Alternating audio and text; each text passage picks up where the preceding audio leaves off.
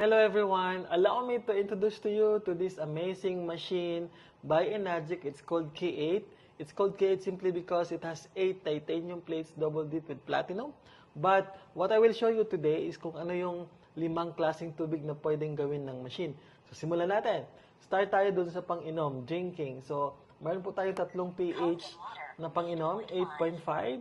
And also, aside from it's a drinking water, best din po siya sa kape at saka sa tea. So, the perfect partner for your coffee and tea is that water. And then, we also have this pH 9.0. That water is best for cooking. So, hindi nyo na kailangan gumamit pa ng mga magic sarap or seasonings or whatever MSG that you're using. Hindi na kailangan. That water will bring out the flavor, the taste of that food that you are cooking. And also, we have this 9.5. So, yan yung ultimate, eventually, yan yung tubig mo for the rest of your 30 years because this machine can last up to 30 years, 25 to 30 years. Now, another water type is this one. Clean water. Clean water is best for baby formula and also for medication, pantulak. After mo siya tulakin and then after 30 minutes, you can go back to 9.5. So, yun yung tubig na yan. Of course, we have this water type, ang tawag is beauty water. Yan yung pinakasikat, isa sa pinakasikat na water type kasi yung tubig na yan is equivalent to toner, astringent, anti-pimples, anti-dandruff, anti-acne, ano pa bang kayang gawin ng tubig na yan? Of course, pampaganda ng skin kasi ang pH ng tubig na yan is the same pH sa skin natin, ranging from 5.5 to 6.0. And then the last 2 water types na kayang i-produce ng machine is this one. Strong acidic water. Pag press mo ng button na yan, 2 klaseng tubig ang lumalabas. Ang machine ay meron po siyang 2 hose, primary and then the secondary. So ang lalabas sa primary hose is yun yung strong Kangen water. Ano naman yung strong Kangen water? Ang strong Kangen water is yan yung gagamitin natin pang emulsify sa mga oil. It could be oily surfaces, pang degrease, pwede yun. At of course, most importantly, yan yung ginagamit namin mag-asawa once gusto namin kumain ng fresh fruits and vegetables, salad, na walang halong oil-based pesticide. So yun yung pang-remove. You just soak fruit or vegetable for the next 15 minutes and voila, you can remove the oil-based pesticides na nandun. And then last but not the least, isa sa mga grateful ako for having this machine at home kasi yung strong acidic water. Yan na yun. Hindi mo na kailangan pang bumili ng alcohol. Ang tawag sa tubig na yan is hypochlorous acid. The machine can produce equivalent ng alcohol na walang harsh effect sa skin. That's the good news. So sa mga bata, hindi sila harmful as to the effect of the chemical na nandun sa alcohol. Kasi ito, chemical-free, it's just the pH of the water. So, konting science, at 2.5, ang mga aerobic bacteria cannot survive because wala na siyang oxygen. Kaya, this is antibacterial, antifungal. If you have wounds, mga fresh wounds, ang bilis niya makastop ng bleeding. So, this is also used for pang-disinfect ng mga surgical equipment sa hospitals, etc. So, ang ganda, ang daming pwedeng gamitin. The good news is, this machine can last 25 years or more at the comfort of your home. In fact, in a while, I will do a demonstration kung ano yung 3 properties na meron sa machine. Sobrang ganda. Bakit kailangan nyo magkaroon ng ganito? In fact, this machine, I consider this machine as the best health investment I have for me and for my wife, for my family, for the last 10 years. So, find out why, bakit ito, and I will see you later sa 3 properties. Gaya ng sinabi ko kanina, this time around, I will demonstrate kung gaano kaganda o ano yung tinasabi nilang bakit ano palang meron sa tubig na yan, ang tinatawag na sobrang taas ng kanyang antioxidant. Anyway, so ipapakita ko siya live. That is why meron tayo ditong iba't ibang samples ng tubig. So wala po akong intention na siraan ang mga brands na to. Itong purpose nito is purely educational. In fact, we have different types of water here. Ito naman, meron tayong galing sa water sa tap. This is representation ng lahat ng purified water. Ito ay representation ng lahat ng distilled water. Ito ay representation ng lahat ng mineral water. Ito naman ay magre-represent sa lahat ng sports drinks or energy drinks. And this one, magre-represent sa lahat ng soda. And this one, is yun yung ating Kangen water. So I have here, tinatawag nilang ORP meter. Ito yung ginagamit ng mga nasa Bureau of Fisheries at mga wastewater engineers. Example, mayroong fish kill. Kumukuha sila ng water sample at minimeasure nila ang ORP level. By the way, ORP means oxidation reduction potential meter. So, kunting backgrounder, pag positive ang ORP at it goes beyond 200, positive 200, ang tubig na yan or ang liquid na yan is oxidizing. Ibig sabihin nun, nakakabilis, makakapag-rust or nakaka-contribute na sobrang bilis ang rusting process or aging ng ating katawan. Pag nasa opposite side siya ng spectrum, negative ORP siya, ibig sabihin nun is opposite ng oxidizing, so anti-oxidizing siya. Or, in short, source siya ng antioxidant. So, I will show you, kuha tayo ng sample from water from the tap, government-regulated na tubig. Of course, mayroon itong chlorine, mayroon ito siyang chemical na tinatawag na lye. And of course, this one, para mabilisan na lang is, as mentioned before, na ito yung representation ng lahat ng purified water. Ito naman, distilled. So, and then this one is lahat ng mineral water na binibenta sa market. The expensive one. And of course, ito yung representation ng lahat ng soda or sports drinks or energy drinks. And then, second to the last, of course, our soda. So, yan. Now, isa-isahin natin. So, ito yung ORP meter. Buksan lang natin. So, sinabi ko kanina, pag umabot ng positive 200 pataas, oxidizing na siya. So, let's see. This is water from the tap. Right now, it's 800 and it's going up. So, very oxidizing. How about purified water? Also, 800 plus, oxidizing. 200 pa nga lang, nakakatakot na how much more if it's 800 positive. How about this one? Also 875, 874, positive. And this one, 700, so it's positive. And then this one, sports drink, 700, still positive. And this one, positive. Lahat yun sila positive. Now, how about, kukuha tayo ng water from the machine. Ito yung Kangen. Ito yung pH 9.5 na sinabi ko sa video ko na ito yung ultimate drinking one. So, I'll get sample. Fresh from the machine so you can see na hindi ito magic. This is the actual water, Kangen water from the K8 machine. Highly recommended model, 8 plates. Kasi sobrang taas ng kanyang antioxidant. Hold on. The slower the flow, the better. The higher the antioxidant. If you have time, luxury of time, basta hindi siya maghingi ng increased flow, that's the best level. So, ayan. Oops. Ulit. Kunin natin yung mabagal. Okay, that one. Okay, and then lipat natin yung ORP. If you notice, it's 500 positive, 500, and then this time around, lilipat natin sa Kangen, fresh from the machine. There you go. Nakita niyo ba ang pag-change ng sign? From positive 1 to negative. So, balik ko siya sa tap water. So, you will see what will happen to the sign. Mayroon siyang negative sign. So, that's why it's anti-oxidizing. So, can you see this? So, right away, aakyatin siya positive, going up. Pag ibalik mo siya sa Kangen, all the way from positive to negative. Would you believe that vitamin C is just negative 37 or negative 40 plus ang kanyang antioxidant?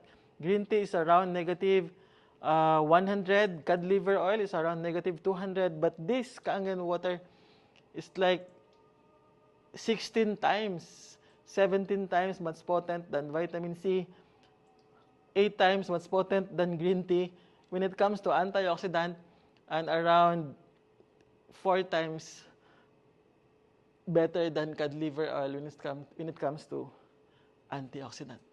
So this is the reason why you can only have this property if you are drinking Kangen water fresh from the machine. The reason why this machine should be in every household in our country, in the Philippines, because of this property. Can you imagine drinking fresh from the machine, the highest antioxidant source liquid in the entire world? By the way, the antioxidant present in the water is, they call it molecular hydrogen H2. You can search on that kung ano yung nagagawa ng molecular hydrogen H2, one of the most potent antioxidant in the world or in the planet Earth existing today. So, I am inviting everyone, as what I've said, you should have this machine at home. We're done with the first property of Kangen water, which is very rich in antioxidant. Now, punta na naman tayo sa kanyang second property, which is very high ang kanyang alkaline pH. So, ang ginagamit natin dito is the pH test liquid. Before, we are using what we call litmus test. Yung strip of litmus paper ang ginagamit natin. But this time around, medyo advanced na. We are using the liquid pH tester. Mayroon ding pH test meter. So, this time around, mas maganda kasi visual. People are love visual. So, ang gawin natin is visual. So, the same types of water na discuss ko kanina. Again, a disclaimer, I don't have the intention na sisiraan ng mga brands na to. These are safe water, but the question right now, I want you to think, this is for you, kung healthy ba to. So, there's a very big difference between safe and healthy drinks. So, ang gawin natin, we will put 3 drops each, and then we will identify kung ano yung kanilang pH level. So, pH means potential of hydrogen. Now, ito yung water from the top. We will put 3 drops each first. And then, ito yung magre-represent sa lahat ng purified water.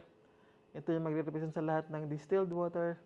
Ito naman yung mineral water. It will represent lahat ng mga sports drinks or energy drinks. At ito yung magre-represent sa lahat ng soda or soda. And then, the last but not the least, of course, ito yung Kangen water. Now, we are familiar that pH is ranging from 1 to 14. Below 7 is acidic and above 7 is alkaline. And when 7 is neutral, right? So, ito yon. Kayo na mag-identify. This one, this is slightly alkaline or neutral. Reason being is, meron siyang tinatawag na chemical na lye. LYE. Ito yung ginagamit na chemical ng government to regulate the pH of the water so that yung mga pipes wala silang rusting. Kasi pag acidic ang tubig na to, magra-rust yung pipes ng government. So, problema. How about this? So, in short, ang reason bakit siya ganito ang kanyang pH, neutral or slightly alkaline, simply because of the chemical lye. Ito naman, as you can see, this is acidic, right? So, too much of this sa katawan natin, it will cause ng too much acid waste. And eventually, you will realize na too much acid waste in our body, yun yung root cause ng lahat halos ng mga degenerative diseases. Now, how about this one? This is also acidic. And of course, this is slightly alkaline, parang tap water lang siya. But kanina, as you can see, ang kanyang ORP is sobrang taas. Same with the tap water. So, oxidizing. And of course, the reason bakit siya ganito is because of the mineral present in this water. And last, or second to the last, or third to the last is this one. Ito yung nagre-represent sa lahat ng mga energy drinks. Acidic, too much of this sa katawan natin, sickness. Of course, this one, soda, acidic. So, and of course, this is our Kangen water. The beauty of Kangen water is it's not chemically induced. So this is electrically induced. So, natural, walang halong chemical. Di ba, pag halimbawa ito, acidic ang tubig, lagyan mo lang yan ng sodium bicarbonate, alkaline na siya. But saan galing yung pagka-alkaline niya? Because it's chemically induced. That's why maraming sasabi na, pag chemical alkaline, nakakatakot kasi hindi healthy sa katawan pag too much. Correct, tama sila. But, yun yung mga alkaline water na ang ginagamit is chemicals. How about our Kangen?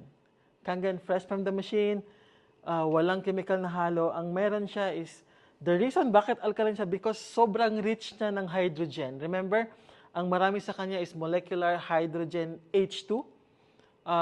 Ang process kasi ng machine, medyo konting science lang, electrolysis. So, mayroong nangyayaring disassociation of molecular structure and eventually, may na-come up na hydrogen ions. Hydrogen ion is unstable. That's why maghahanap din siya ng kapartner na another hydrogen ions. Ang labas niyan is molecular hydrogen H2.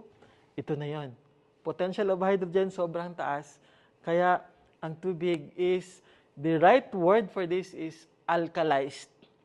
Kasi hindi siya chemically induced, it's electrically induced. So it's healthy.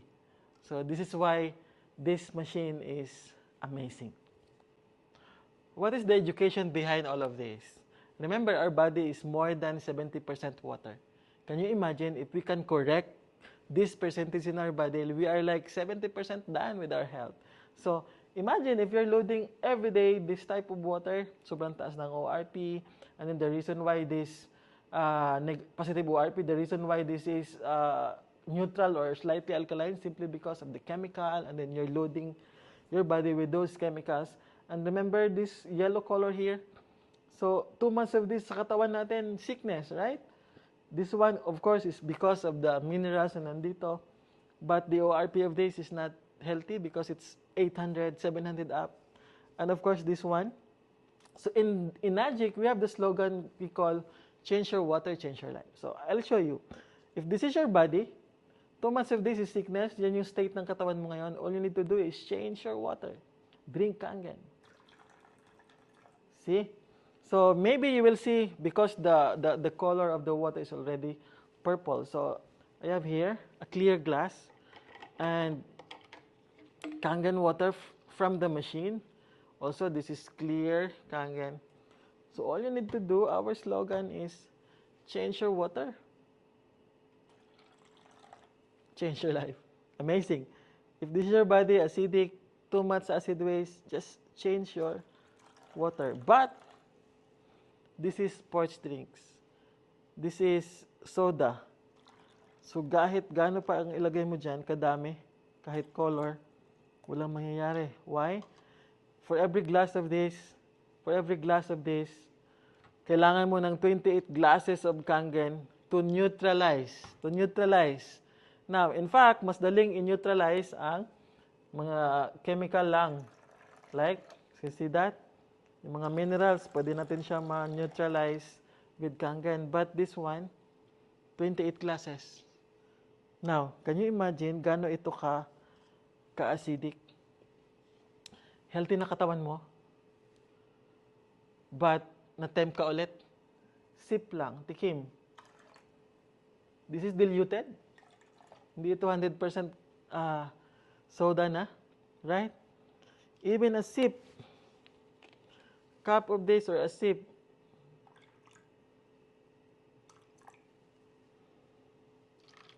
ganon ka-acidic ang soda. Now, the education here is, I am using Kangen water for the last 10 years, and I'm not drinking soda. After seeing this demo, never na ako nainom ng soda. So, this is the reason why your family should be using Kangen machine, water machine at home.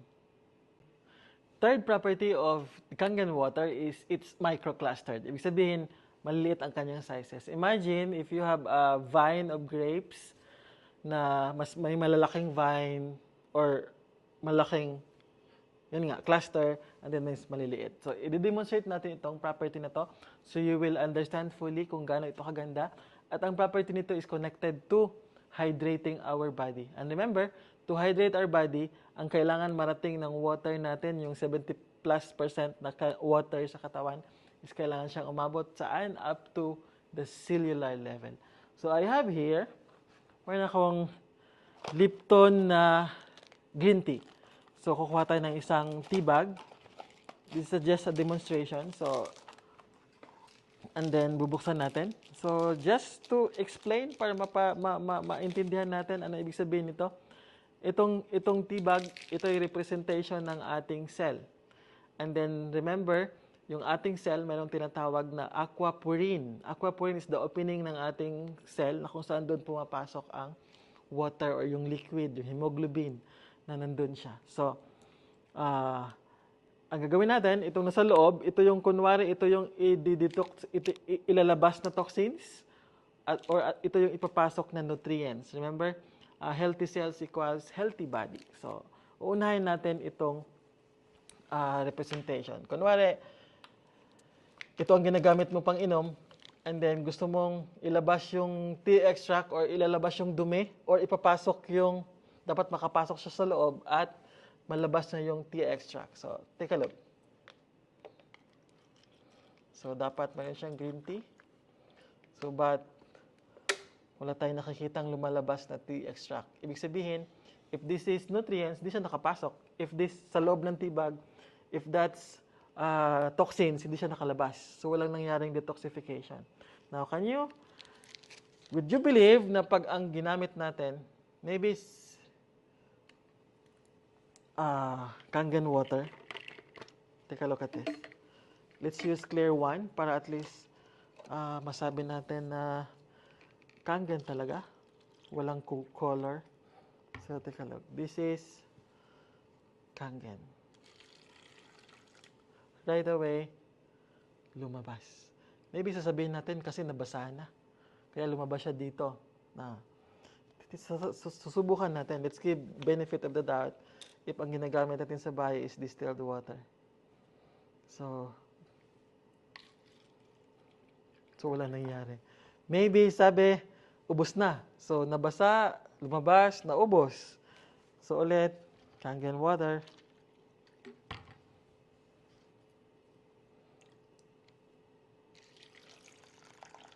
And even, you can produce up to 16 glasses of tea sa isang tea bag using Kangen water. So, science behind this. Malalaki ang structuring ng ibang klase ng tubig. Lahat halos ng water or liquid, ang kanilang clustering is nasa 15 to 20 H2O molecules nagkumpul-kumpul. Our Kangen has a smaller cluster, 5 to 6, which is good enough para makapasok siya up to your cellular level. Now, can you imagine if you are enjoying supplements or vitamins? So, dapat ang supplements or vitamins, papasok yan sa cells, right? So, I will do 3 extract that will represent, ito yung magre-represent ng, kunwari, isang capsule ng supplement mo, ito yung makukuha mong nutrients. Ito. Isang capsule ng supplement mo, or ito yung makukuhang vitamins. Yan. Isang capsule ng supplement mo, isang caplet, ito yung makukuhang amount of nutrients or vitamins na makukuha. But of course, pag iinom ka ng vitamins or supplements, anong gagamitin mo pantulak? Siyempre, water. Take a look. Ano nangyari? Nawala. How about this? Ano nangyari? Nawala rin. Now, I'll show you that this is Kangen. Clear Kangen from the machine. Ito yung kailangan nutrients na papasok sa katawan mo. Take a look.